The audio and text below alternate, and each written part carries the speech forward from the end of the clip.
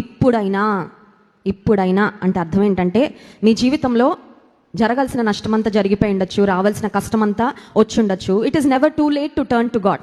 దేవుని వైపుకు తిరగడానికి ఇంకా ఎక్స్పైరీ డేట్ అయిపోయింది, ఆలస్యం అయిపోయింది, ఇప్పుడు ప్రభు వైపు తిరిగినా నా పరిస్థితులు బాగుపడతాయా అని ఎవ్వరు కూడా అనుకోవాల్సిన వీలు లేదు. చాలాసార్లు మనం దేవుని సన్నిధికి రావడానికి, ప్రార్థన చేయడానికి, దేవునికి తిరిగి సన్నిహితంగా రావడానికి ఎందుకు ఆలస్యం చేస్తూ ఉంటామంటే, కొన్నిసార్లు అపవాది వాయిదాలు మనస్తత్వం మనలో పెడతాడు. Not now, tomorrow, next week, next year, later, ఇప్పుడొద్దులే అని కొన్నిసార్లు వాయిదాలు వేస్తూ ఉంటాం. మరొక ఆలోచన విధానము దేవునికి దగ్గరగా రాకుండా మనల్ని ఆపేది ఏంటంటే, ఇంత నష్టపోయాక ఇంకేం బాగుపడతానులే, ఇంత కష్టం వచ్చాక ఇంక నా జీవితంలో మళ్ళీ ఏ ఆనందమో వస్తుందిలే, ఇంత లోతుకి నా జీవితం వెళ్ళిపోయిన తర్వాత ఇంకేమి తేల్తానులే పైకి, ఇంత దేవునికి దూరం అయ్యాక ఇప్పుడు ఏమి దగ్గర అవుదాంలే అని కొన్నిసార్లు మన జీవితంలో ఏదో ఒక కారణాన్ని మనం మనసులో పెట్టుకొని దేవుని వైపుకు తిరగకుండా, దేవునికి మనల్ని అప్పగించుకోకుండా, some thought or something will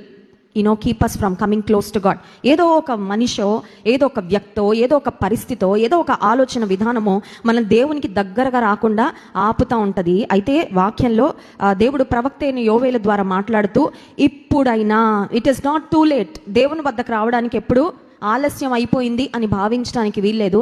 అయినా ఆలస్యం అయింది, ఇక ఆలస్యం చేయకుండా ప్రభు వైపుకు తిరిగితే, ఇప్పుడైనా